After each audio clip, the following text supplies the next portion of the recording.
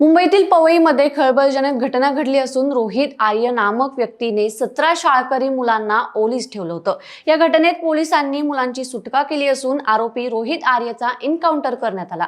मात्र राज्याच्या शालेय शिक्षण विभागावर गंभीर आरोप करत रोहितने हे कृत्य केल्याने राजकीय वर्तुळातही खळबळ उडाली। कारण शिक्षण विभागाकडून आपली फसवणूक झाली असून सरकारने 2 कोटी रुपये थकवल्याचा आरोपही रोहितने केला होता।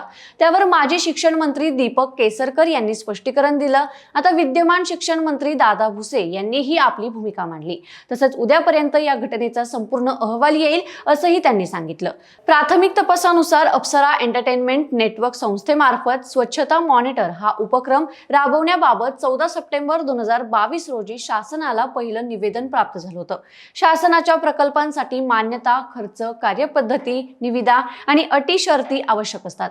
पण या प्रकरणात अशी कोणतीही कार्यपद्धती राबवल्याचं दिसत नाही। अप्सरा मीडिया एंटरटेनमेंट नेटवर्कने शाळांकडून रक्कम जमा केल्याचं आढळून आलं आहे, जे शासनाच्या नियमांनुसार मान्य नाही। सविस्तर अहवाल प्राप्त झाल्यानंतर पुढील माहिती देण्यात येईल असं राज्याचे शालेय शिक्षण मंत्री दादा भुसे यांनी माध्यमांशी बोलताना सांगितलं।